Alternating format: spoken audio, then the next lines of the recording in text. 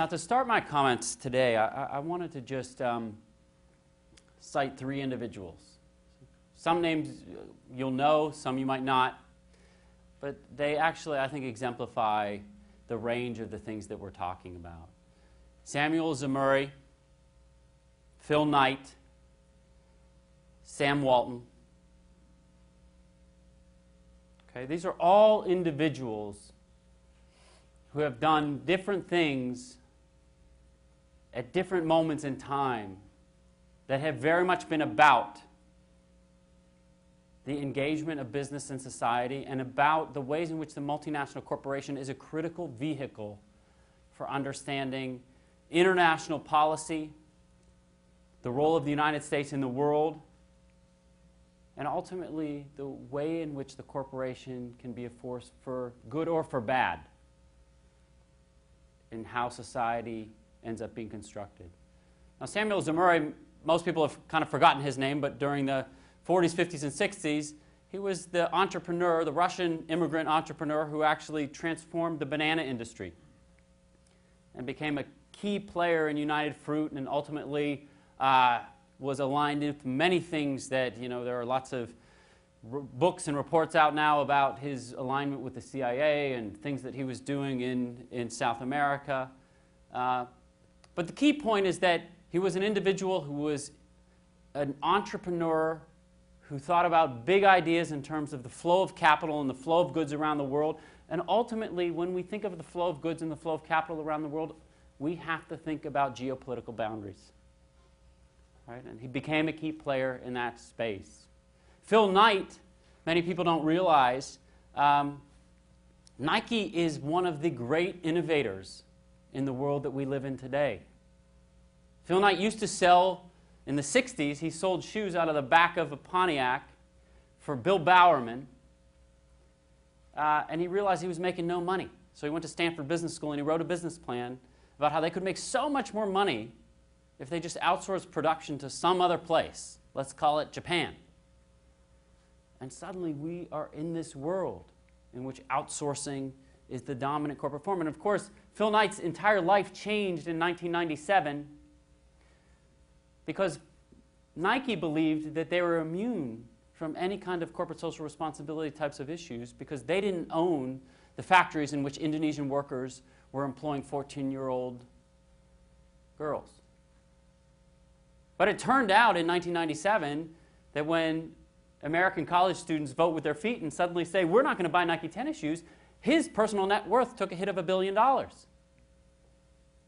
And so we saw a new chapter, a new moment in the intersection of all of the issues that matter for corporate social responsibility. And of course, Sam Walton founded Walmart, and Walmart just became one of the most powerful companies in the world gradually over time. Most people don't realize with respect to China specifically, Walmart's exports from China back to the United States are equal to the exports of Mexico to the United States. This is the single largest exporter from China to the United States of any company in the world. And so when we start to think about the influence that a company like Walmart plays, you want to talk about sustainability? Get Walmart on board for changing the ways in which its supply networks and its distribution networks and its commodity chains matter. Right? And so we have entered into this new world in the last decade that fundamentally thinks about corporate social responsibility in very, very different ways. And so what I'd like to do is talk a little bit about that, but I'd like to take a step back and historicize this a little bit. As a sociologist, I'm fundamentally a historian and somebody who thinks about the social and political context of markets before anything else. And so I want to talk a little bit about this, and I'm going to try to race through some things, so forgive me if I'm moving too quickly, but I know our time is short and you guys got to get to lunch. So let me give you a very brief history. Often when I start out talking about these issues for students, I ask them, what is the purpose of a corporation? And they'll say, reduce transaction costs, make profits, stakeholders, do for the social good. But they very seldom come upon the one thing that's so important for the corporation in American societies, which the corporation is an institution. It is a veil that protects entrepreneurs and senior management from the liability for blame. This is an amazing phenomenon. It's very specific to American society. There's some version of this in Europe, but I can tell you, apropos of the panel that you just saw, one thing that's very interesting in terms of corporate social responsibility, the entire concept of legal person in Chinese and in the Chinese corporate system means exactly the opposite than it does in America. In America, it means it is the corporate veil. It is the legal entity that will protect people from liability for blame. In China, the word legal person, du li fa ren, actually means who is going to go to jail if this corporation does bad things. Right? I actually have become all too aware of this recently because GW just set up a wholly owned foreign enterprise in China, and I had to decide who was going to be the legal person, and I realized that it had to be me because I was driving the process, and I realized, like, oh, I'm going to be the guy who goes to jail if we do bad things. But it's an interesting thing to note about what American capitalism is about, and I don't decry that. I think this has actually created the greatest source of innovation for our society, but it also brings with it dramatic responsibility. We have to train our young people to understand that we have created a system in which they can be protected from liability and blame. And what that means is that they have great responsibility for doing what's right. And it means we have to bring economics back to a more normative understanding of social issues and social change. So, of course, this story sort of begins with who I think is the most important economist of the 20th century. Some people might say John Maynard Keynes occupies that position, but I think it's Milton Friedman. We live in Milton Friedman's world today. Regardless of what you think the Federal Reserve is doing and the way it's kind of taken a Keynesian turn, we are living in Milton Friedman's world in which we have to deal with the question of what the role of the corporation in society is and who it serves. Now, the one thing that's interesting about Milton Friedman, although he rose to prominence and power in the 1970s, is I think Milton Friedman actually misunderstood the history of corporate social responsibility. And so I want to give you a very brief snippet of that history, and I'll try to run through it so we can get to some other topics. But the key thing is that the history of corporate social responsibility has arisen in this current era in the United States as an end run around regulation. Now, that might be okay, but it's important to understand what it's really about. So if we think about corporations among three axes, which is how I typically like to think about citizenship in general. Do you pay taxes? Are you subject to the laws of the land? Can you influence the laws that influence those other two issues? It's an amazing thing today because corporations in our society are much more valued and favored citizens than individuals are today. And that wasn't how it was meant to be when the founders of this country wrote the Constitution. It's been a subtle process by which that's occurred, but it's been one that actually has dramatically come true today. And it's actually one that, given the current Supreme Court, we are moving more and more aggressively in that direction. And therefore, we need to think more aggressively about the social responsibility of corporations. Because if we're not going to have the regulation for it, we need to think about it in normative terms. So let me give you a couple of key examples. It used to be the case that corporate contribution to the state pretty much tracked with individual contributions. Right? And that was pretty much true till about 1946, the middle of the country post-World War II. But you can see that over the course of time, the corporate contributions to the GDP have declined dramatically. Now, some would argue that there's good reason for that. Because if you provide more resources, tax corporations less, provide more resources, greater incentives for corporations to innovate and change and invest. And we hope that that's true. It's not always true, but we hope it's true. It's certainly not true with hedge funds, for example, where most funds are moved offshore, but it is maybe true with corporations. We don't have very good laws in terms of the repatriation of profits, but it might be true for removing tax burdens for corporations creates greater investment. Right? So we often hear this thing like the U.S. is a very onerous place in terms of corporate taxes because of there's the 35% tax rate. It's actually not true empirically. Empirically, there's so many loopholes for corporations that it just doesn't play out that way. Okay? So the interesting thing is how corporations have created this new kind of regime. Now, we might also ask the question of whether or not corporations are subject to liability and blame. And we know that there have been many cases in which corporations, the corporate veil protects individuals. And of course, when corporations are fined for malfeasance or for practices that extend beyond the standard economic practices, those fines are usually passed on to consumers. So it's a very, very special position that corporations operate. Since the founding of OSHA in 1970, the Office of Health and Safety Administration, about 200,000 people have died because of worker-related injuries that were regarded by the courts as negligence from management. 11 people have been tried, 6 people have done jail time. That's amazing, right? That's an amazing statistic, and it's an amazing kind of protection that comes in this case.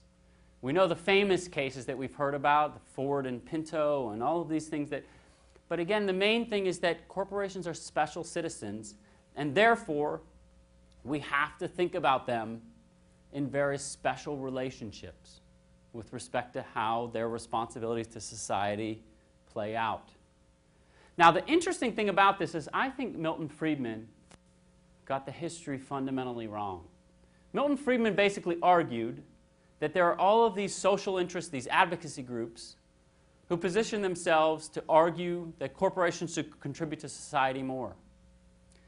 But the reality is that if you read the history closely, the history of the corporation is a very interesting one in American society. As I mentioned, it was originally the case that corporations were specifically written out of the Constitution. There was a very clear, and you can track the record on this, it's a very clearly defined decision by the writers of the Constitution to say that corporations should not be written into this because this country is a country that's written on individual citizens' rights. So what do we do with corporations? Well, we'll leave it to states to figure that out. And frankly, corporations aren't even people, so it doesn't really matter. Now, there was an interesting case in 1819. Didn't even have to do with a corporation per se. It had to do with Dartmouth College, in which the governor, the board of governors in the state, wanted to take over the college, and the courts ruled that actually this is a legal person. You can't do that. This person has rights. And then there were a number of other things that happened over the course of the next decades. In 1890, the state of New Jersey realized that if we start tweaking the economic laws, we can start attracting corporations which have an immense amount of economic power to come into our borders. And thus began the so-called race to the bottom. And then, of course, the Great Depression happens in 1929, 1932. We see the passage of 34, we see the passage of the Wagner Act. And when the Wagner Act was passed, the Wagner Act created a tremendous amount of curtailing of corporate power. And then there was a battle that ensued for the next 14 years until the Taft-Hartley Amendment, which brought in the notion of states' rights. The right to work was the most fundamental thing that corporations ever won in this country.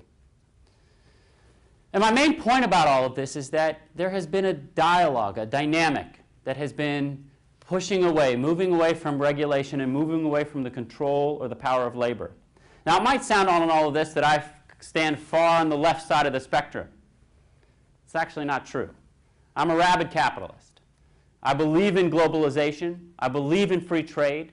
I believe in the ideas that will build economies dramatically. But I also believe that we need historical context to understand how corporations have gained so much power and how then to force the idea back on them that social responsibility is an important part of their agenda. And it can't just be an economic calculus that they think about. It has to be something more. It has to be something that actually pays for all of the benefits that they get. And I believe in that very clearly. Now, I've noticed that my time is actually ticking down very quickly, and there are a couple things that I would like to just mention that I think are related to what you're doing, so I'm going to skip through a couple of things. There's a whole bunch of stuff on community engagement that I think is very important for corporations. But what I'd like to do is just mention a couple of things about China, because that was part of the recent panel, and I know that you guys are also going to be talking about energy. There's an interesting situation going on in this country as well that has to do with where we are on the issue of corporate social responsibility, energy, the role of government, how we think about labor and human rights. And the key thing for me is we need to think deeply about not the government versus corporations, but how relationships amongst these entities work. We need to think very deeply about the ties between governments and the major corporations of our time in order to reinvigorate this economy, but also in order to actually have the right type of relationship with our overseas investments so that we can actually create a better world. We talk about doing big things in this country. We talk about putting solar panels on the top of the White House, or talk about giving tax credits to companies in the solar field. But what does it actually mean? Are we actually taking on the big debate about these issues? Because it's still the case that places around the world, China in particular, for example, are speeding ahead of us in this space. And why is that true? Why is that true? I think it's true because we spend our time filing a lot of court cases instead of thinking about the alliance between corporations and government and thinking about issues like investment, labor and human rights, and social responsibility. We think about advertising some of our low-end retail brands instead of thinking about propping up our highest-end innovative brands in industries that really matter. I was recently having lunch with a friend of mine named Chad Holliday, who's now the chairman of Bank of America, but before that he was the chairman and CEO of DuPont. We were talking about this kind of issue, and I was giving him my pitch about why it is that we're losing in renewable energy and why it is that the social responsibility piece of business seems to be getting lost when it has to do with the support of American workers and American industry. And he told me a story.